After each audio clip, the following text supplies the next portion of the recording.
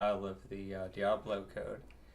Uh, what I've got for you today is going to follow up on the error that was stopping us from running it. Spoiler, I didn't get it running today either. It's going to be a short episode today. I'm just going to go over what I went to try to find out where the source of the error is. So I've got the Diablo devilution code open right now, and actually I'll go ahead and close all these documents so I can start from the beginning.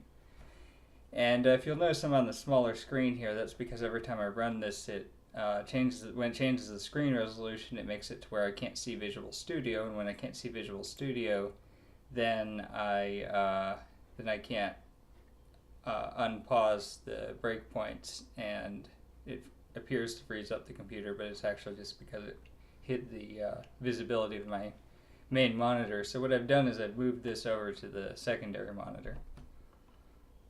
Now, when I go to run this, I'll go ahead and build it. See if I can drag this one. Okay, so you can't see the error dialog now because I moved it to the other monitor. But it's, first it brings up something saying you need to be an administrator. Then it tries to change the screen resolution, and it says, and then it comes up with an error about the memory allocation. And actually, by having this breakpoint here, I kind of skipped ahead a little bit because I actually at first didn't know where to put that breakpoint. So anyway, I get this error message that says that it ran out of virtual memory essentially, and on line 2269 is where the assert supposedly is, and as you can see, this is not where that assert was. And I had thought that it was generating it using what would be there's a way you can do it with a macro, which is instead of having this number right here hard-coded, you could say like this. You could do file and line. And those are special macros that, so the file would replace that one, line would replace that one. Those special macros, preprocessor macros that actually show you the current file and line. And as I'm saying this, I realized that this is an artifact of the decompilation process, because since that replacement process happens before the compiler emits its output, it happens during preprocessing, this right here is what actually goes into the executable, and there's no reason for the decompiler to magically know that this corresponds to a line number and this corresponds to a file number. Now, as humans, we can look at that and say, okay, obviously that must be file and line.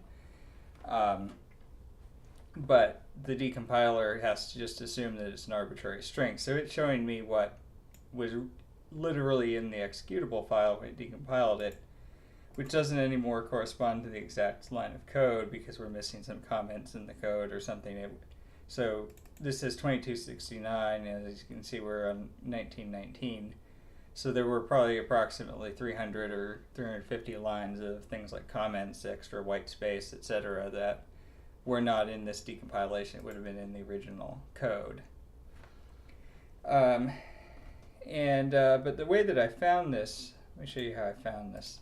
So I searched for something, I forget what, actually I can bring it up over here. Let's see what I searched for. Searched for Diablo has exhausted available memory. And of course I find that text in the resource file. There's only one, so I could have just looked there. And then I see that the ID of this is the ID of it corresponds to this IDD dialog 2. And then I go to the definition of IDD dialog 2, but actually for some reason I'm not able to find it that way, so I'm just going to search the project for IDD dialog 2. And of course I find it in this resource.h, and it has this value.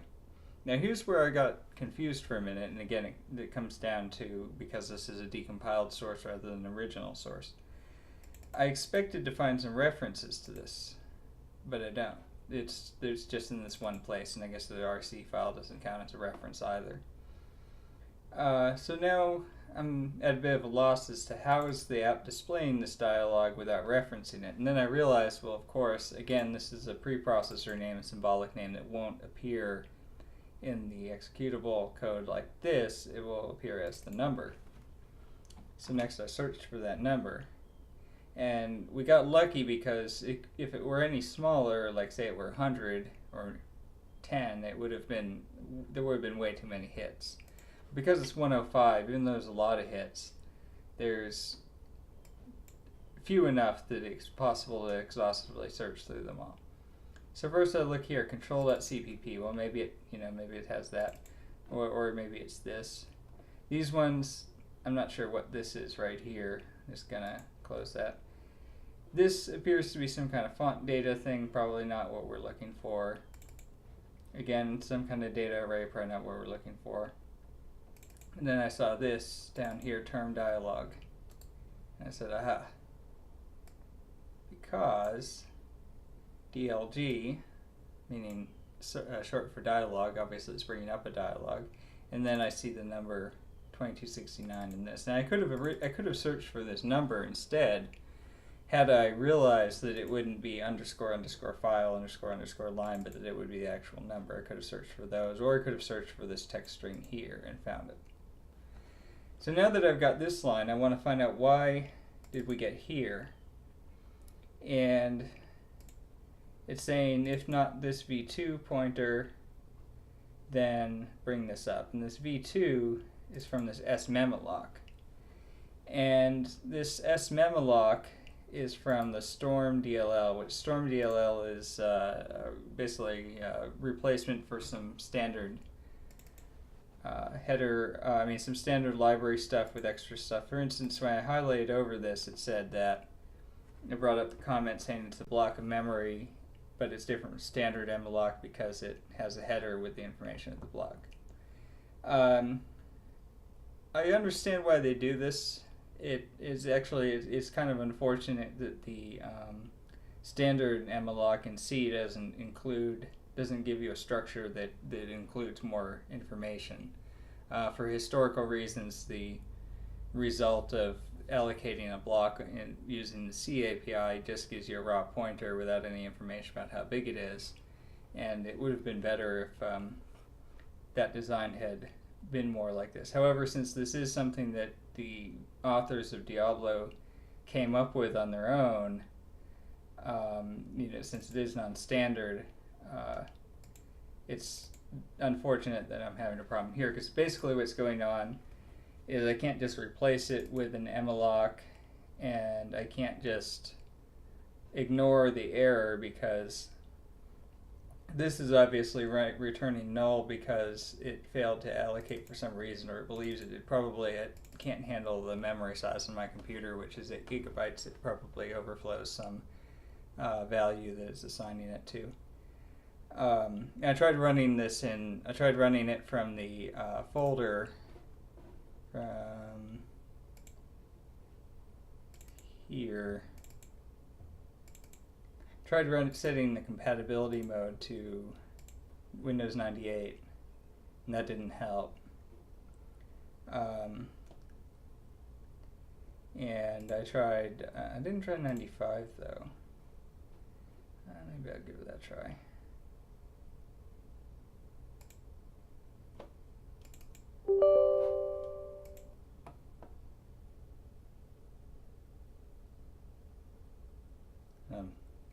Waiting to see what it does here. Nope. Still says it believes it exhausted the memory, which it did not, but it thinks it did.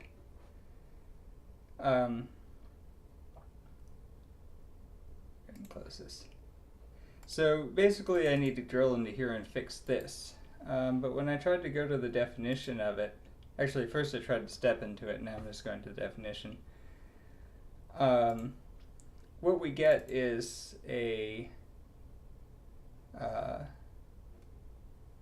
function declaration, but I can't seem to find the actual definition of it.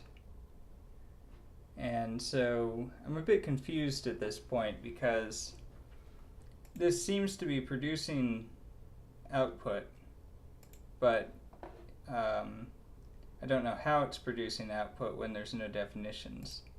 And it's possible that it never was producing output and it's just the Storm DLL that came with the game that's being run. And perhaps, I'm not really sure why it would work in one case with the official distribution and would not work in the other if it's the same DLL.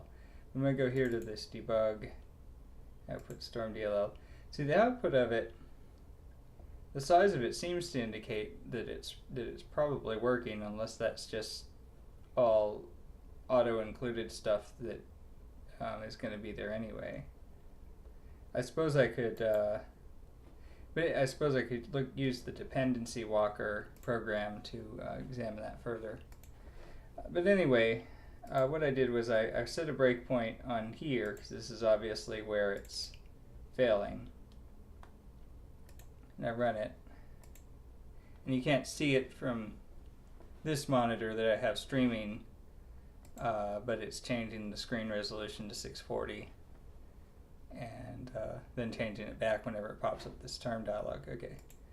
So we got here, and it's about to attempt to allocate the memory.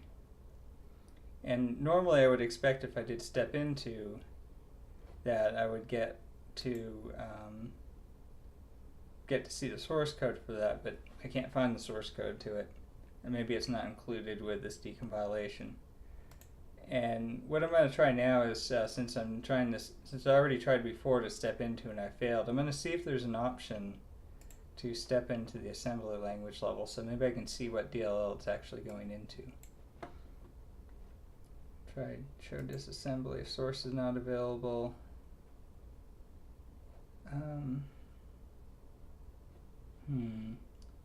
Don't know if there's anything else I need to set on here to enable assembly debugging. I could Google it, but since one of my screens is still blank until that term dialog comes up, it's not easy to open up my browser because it's stuck on the other side, on the other screen. So let's go ahead and try stepping into it. Okay, so it takes us here, and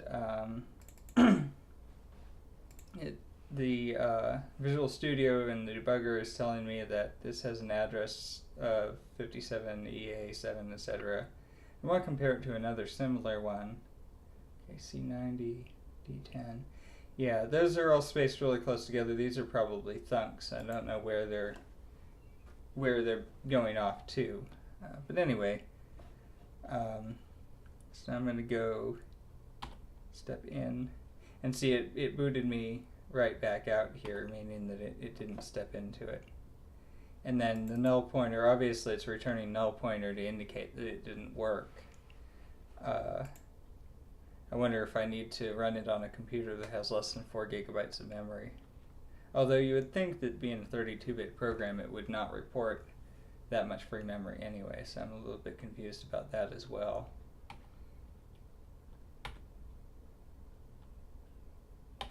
Okay. Okay. E3, get last error. What is this function anyway? Okay. That is in Windows. But get last error is returning 0.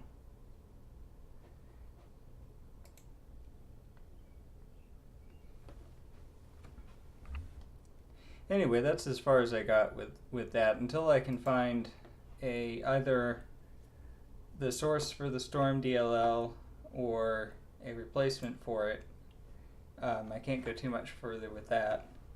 I wanted to briefly talk about something else that I looked into while I was looking into this, which is that I wanted to see if I could cause Diablo to not try to do that mode set on the screen, so that I could run the game and this stream with the screen you see here, so that I could run them all on the same monitor without having any problem with it blanking out.